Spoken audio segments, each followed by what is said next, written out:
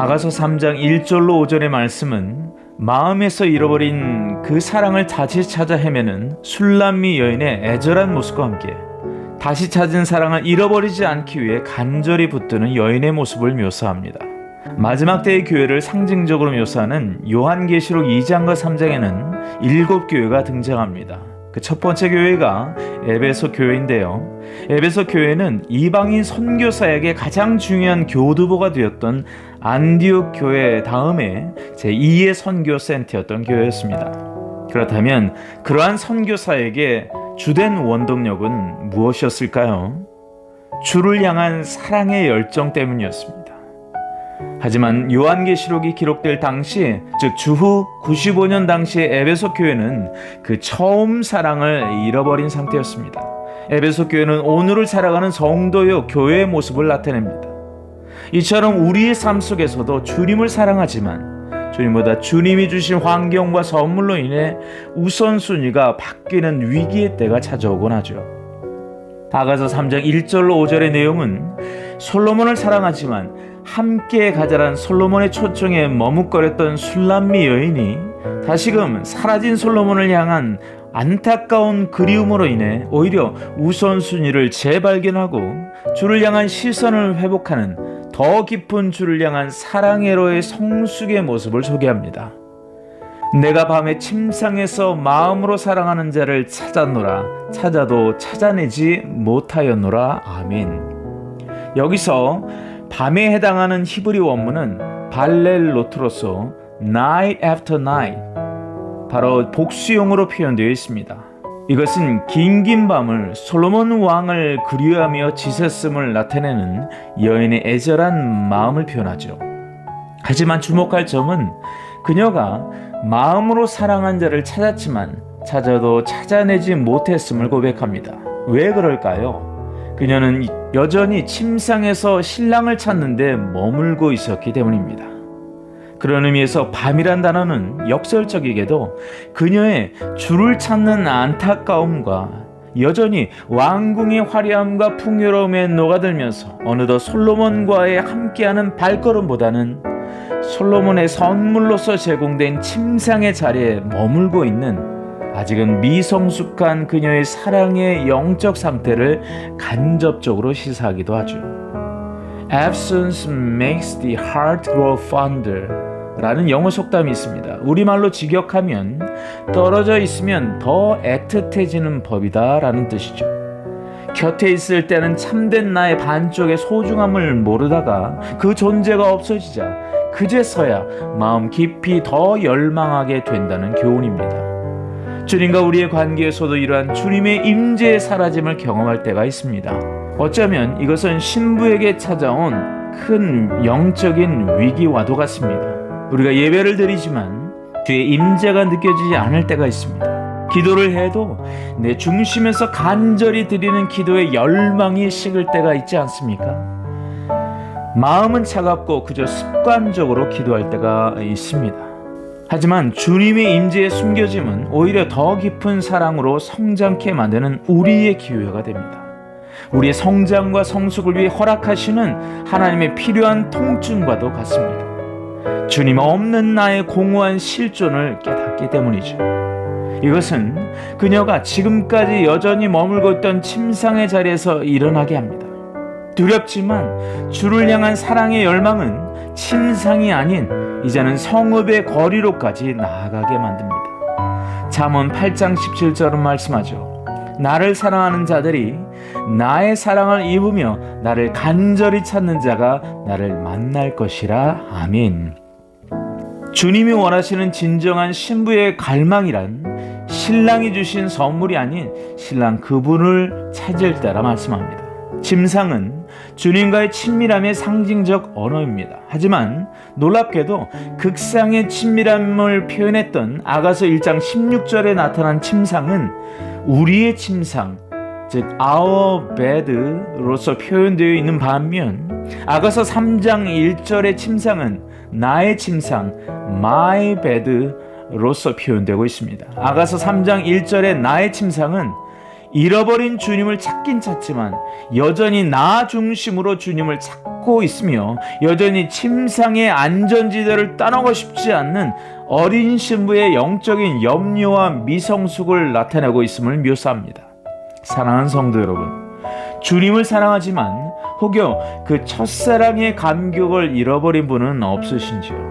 혹여 예배와 기도의 삶 속에 어느 날 주님의 임재를 잘 경험하지 못하신 적은 없으신지요? 오늘 술람미 여인의 침상 위의 모습이 주님을 다시금 뜨겁게 만나길 원하는 나의 갈망함이 있지만 여전히 주의 길에 대한 염려와 근심 그리고 세상에 대한 두려움에 머물고 있는 나의 미숙한 사랑의 모습, 우리의 모습은 아닐런지요? 아가서 3장 2절에서는 드디어 그녀가 일어나고 있습니다. 왜 그럴까요? 주님의 사랑은 언제나 동일하시다는 믿음 때문입니다. 그분의 임재의 사라짐, 그 거룩한 훈육은 거절이 아닌 언제나 사랑이심을 깨닫기 때문입니다. 주님은 언제나 성경에 하나님의 백성들에게 주님의 임재의 잠정적 사라짐을 통하여 주님만을 따라가게 하는 성숙한 신부로 도약하도록 인도해 주셨습니다. 요나가 그랬습니다. 요셉이 그랬습니다. 모세도 그랬습니다. 엘리야가 그랬습니다. 다윗도 그랬습니다. 아가서 3장 2절은 말씀합니다. 이에 내가 일어나서 성 안을 돌아다니며 마음에 사랑하는 자를 거리에서나 큰 길에서나 찾으리라 하고 찾으나 만나지 못하였노라. 아멘. 사랑하는 여러분, 우리 삶 속에 주를 향한 이러한 일어남이 있기를 소망합니다.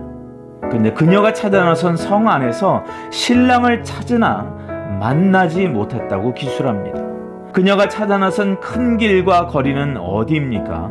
예루살렘 성읍입니다. 신부의 생각에 왕이 계실 만한 장소는 화려한 성읍과 큰 길거리라 생각했기 때문이죠. 하지만 아가서 1장 8절과 아가서 2장 6절과 아가서 4장 6절은 신랑을 만날 수 있는 장소를 다음과 같이 소개합니다. 아가서 1장 8절의 말씀은 여인 중에 어여쁜 자야 내가 알지 못하겠거든 양떼의 발자취를 따라 목자들의 장막 곁에서 너희 염소 새끼를 먹일지니라. 아가서 2장 8절 나의 사랑하는 자의 목소리로구나. 보라 그가 산에서 달리고 작은 산을 빨리 넘어오는구나. 아가서 4장 6절 날이 기울고 그림자가 갈 때에 내가 모략산과 유양의 작은 산으로 가리라. 신랑을 만날 수 있는 약속의 장소는 화려한 성읍과 큰 거리가 아니라는 것입니다. 모략산과 유향의 작은 산입니다. 예수님의 초림 때 등장했던 동방 박사들을 기억하십니까? 그들은 한 큰 별의 징조를 보고 예루살렘까지 오게 되죠. 그것은 하나님을 믿는 그들의 믿음과 사랑의 열정 때문이었습니다. 하지만 그들이 따라왔던 별의 종착역은 큰 성 예루살렘이 아닌 작고 보잘것없는 베들레헴이란 작은 도시였습니다. 주님을 만나는 그 길은 화려한 길이 아닙니다. 작고 무명한 길과 같습니다. 모략산과 유향의 작은 산, 그리고 목자들의 장막 곁입니다. 우린 여기서 주님이 나와 함께 가자란 그 길이 십자가의 길임을 알게 됩니다. 어린 신부의 내면 깊숙이 자리 잡은 그 길은 과연 무엇이었습니까? 유명한 길, 크고 화려한 길은 아니었을런지요. 진정한 성숙을 향해 가는 신앙 여정에 참된 신부가 걸어가야 할 그 길은 모략산의 길, 유향의 작은 산의 길임을 말씀하고 있습니다. 동방박사가 황금과 유향과 모략으로 주께 경배했던 그곳은 베들레헴이었고 아가서 4장에서 술람미 여인이 왕을 재발견하게 될 그 산 역시 모략산과 유향의 작은 산임을 말씀하고 있습니다. 성 안을 순찰하는 자들을 만나서 묻기를 내 마음으로 사랑하는 자를 너희가 보았느냐 하고 그들을 지나치자마자 마음에 사랑하는 자를 만나서 그를 붙잡고 내 어머니 집으로 나를 잉태한 이의 방으로 가기까지 놓지 아니하였노라. 아멘. 신부는 성 안을 순찰하는 자를 만나 신랑의 행방을 묻습니다. 원문에 보면 그들을 가리켜 파수꾼이라고 하죠. 그렇다면 그들은 누구입니까? 이에 대한 해석이 분분합니다. 하지만 히브리 원문은 샤마림이라고 말하죠. 이 단어는 지키다, 보존하다라는 동사인 샤마르에서 유래합니다. 즉 이들은 지키라고 명령을 받은 권위와 책임감을 가진 사람들을 의미합니다. 백성을 지킬 의무가 있는 영적 지도자들을 상징하죠. 흥미로운 사실은 아가서 전체에서 이 순찰자가 2번 등장하는데 아주 대조적인 모습을 보이고 있다는 점입니다. 아가서 3장 3절에 보면 성안을 순찰하는 자들을 만나서 묻기를 내 마음으로 사랑하는 자를 너희가 보았느냐고 그들을 지나치자마자 마음에 사랑하는 자를 만나서 아멘. 아가서 5장 7절에 보면 성안을 순찰하는 자들이 나를 만나며 나를 쳐서 상하게 하였고 성벽을 파수하는 자들이 나의 겉옷을 벗기어 가졌도다. 아멘. 파수꾼의 원래 임무가 무엇입니까? 어떤 상황 속에서도 깨어 경성함으로 백성들을 지키는 사람들입니다. 그들의 또 다른 임무는 왕의 거취를 알고 있어야 한다는 것이죠. 아가서 3장 3절에서 만난 성 안의 순찰자들은 왕의 행보를 파악하고 있었던 충성된 종들이자 참된 선지자들이며 참된 목자들임을 추정할 수 있습니다. 반면 아가서 5장 7절에서 만날 성 안의 순찰자들은 왕의 행보는 고사하고 왕을 찾기를 원하는 여인을 마구 때리고 마구 핍박하는 악한 종들이자 거짓 선지자들이며 거짓된 목자들임을 알 수 있습니다. 중요한 것은 신부가 신랑이신 주님을 만나도록 인도할 수 있는 참된 파수꾼들, 참된 목자들을 만나는 것이 중요하다는 겁니다. 왜냐하면 그들은 왕의 행보를 알 수 있는 등대와 같은 충성된 종들, 충성된 증인들이기 때문이죠. 에스겔서 3장 17절은 이렇게 말합니다. 인자야, 내가 너를 이스라엘 족속의 파수꾼으로 세웠나니 너는 내 입의 말을 듣고 나를 대신하여 그들을 깨우치라. 아멘. 이사야서 62장 6절은 말씀합니다. 예루살렘이여, 내가 너의 성벽 위에 파수꾼을 세우고 그들로 하여금 주야로 계속 잠잠하지 않게 하였느니라. 너희 여호와로 기억하게 하시는 자들아, 너희는 쉬지 말며. 아멘.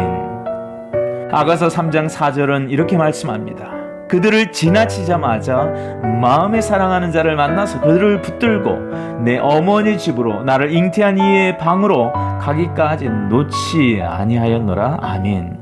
여기서 말하는 그들은 파수꾼을 의미합니다. 주님을 찾기 위해 좋은 영적 리더자들의 도움이 필요하죠. 하지만 그렇다고 그들이 주님은 아닙니다. 사랑하는 자를 만나기 위해서는 충성된 파수꾼들을 지나서 더 멀리 스스로 걸어가야만 한다는 것이죠.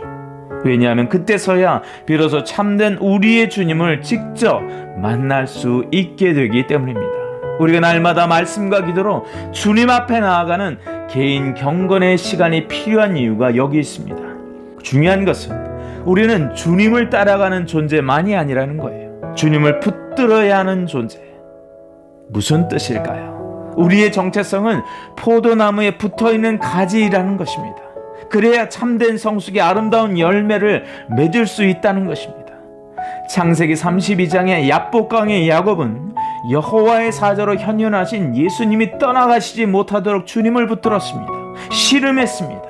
바로 그때 발뒤꿈치를 붙잡는 야곱에서 주님을 붙잡는 이스라엘로 변화되는 새로운 도약과 새 창조의 역사를 써 내려가게 되었던 것입니다. 사랑하는 성도 여러분, 고통스러운 영적 싸움의 계절을 겪은 다음 신부에게는 무엇이 변화되었습니까? 이제는 결코 주님을 놓치지 않겠다는 결단이었습니다. 때론 우리에게 허락하시는 시험이 나쁘지만은 않은 이유가 여기 있습니다. 성숙한 그리스도의 신부란 예수님의 기름 부음을 받은 대사와 같습니다. 그래서 한 단계 성숙한 신부는요, 주님이 함께 하실 모든 장소까지 들어가서 예수님을 전하게 됩니다. 성경에서 어머니는 교회를 상징하죠. 사실 가장 가까운 가족관계가 집안 사람인데요, 예수님을 전하기 가장 어려운 장소 역시 바로 자기 식구들입니다. 그렇다면 예수님을 내 어머니의 집으로 데려갔다는 것은 궁극적으로 뜻하는 바가 무엇일까요? 이것은 신부가 자기중심적 신앙에서 이제는 타인을 위한 성숙한 모습으로 변해가고 있음을 시사하는 장면입니다. 아가서 3장 5절은 말하길, 오 너희 예루살렘의 딸들아, 내가 노루들과 들의 암사슴들로 너에게 부탁하노니 그가 원하기까지는 내 사랑을 흔들지도 말고 깨우지도 말라. 아멘. 자, 여기서 예루살렘의 딸들이란 성령님의 다양한 역사하심에 대해 온전히 이해하지 못하고 있는 여전히 미성숙한 성도들을 상징합니다. 성령님은요, 그러한 예루살렘의 딸들에게 술람미 여인이 영적으로 성숙한 신부로 준비되기까지 그녀를 방해하지 말고 부담 주지 말라고 하십니다. 또한 노루와 들사슴을 두고란 말은 앞서 우리는 노루와 들사슴이 영적으로 민감함을 상징적으로 나타내는 동물이라고 했습니다. 자, 이 말씀들은 다시금 회복된 그 친밀함에 들어간 신부에게 더욱 민감한 영적 보살핌이 필요하다는 것을 힌트합니다. 성령의 운행하심을 분별하지 못하는 사람들의 특징은 모든 상황을 똑같은 율법주의적 잣대로 평가하고 판단합니다. 그러나 한 영혼이 영적인 계절이 바뀌는 때는 주님을 간절히 찾아야 하고 간절히 붙들어야만 하는 때라는 것이죠. 때문에 주님은요, 영적으로 미성숙한 예루살렘의 딸들이 이 부분을 민감하게 감지하지 못하고 신부를 방해할 수 있는 여지에 대해 경고하고 있는 것입니다. 그러므로 우리는 기도 없이 성령님의 인도함 없이 자기 소견에 오른 대로 성도를, 누군가의 신앙 상태를 함부로 평가해서는 안 되는 것입니다. 또한 영적인 부분에 성장하고 있는 그 존재들을 향해서 방해하지 않아야만 한다는 거예요. 왜냐? 각자의 영적인 계절에 따라 때가 되면 주님을 향한 깊은 갈망으로 일어서게 되어 있기 때문에 그렇습니다. 우리가 주도하는 것이 아니라는 거예요. 주님이 주도한다는 것입니다. 사랑하는 성도 여러분, 여러분 가운데 주님을 만나고자 하지만 아직 일어설 용기가 없으신 분이 있으십니까?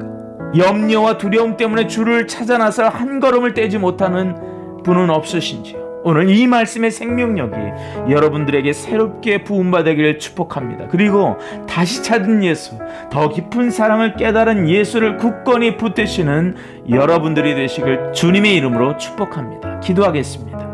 사랑의 주님, 우리 마음에 잃어버린 사랑을 다시 찾을 수 있는 은혜가 있기를 원합니다.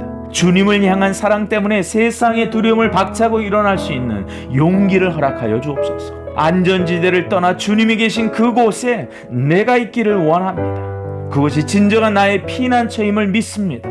나의 침상에서만 주를 찾지 않게 하시며 내 인생의 좋은 영적 리더자를 만나게 하시며 더 깊은 차원으로 주님을 만날 수 있기를 소망합니다.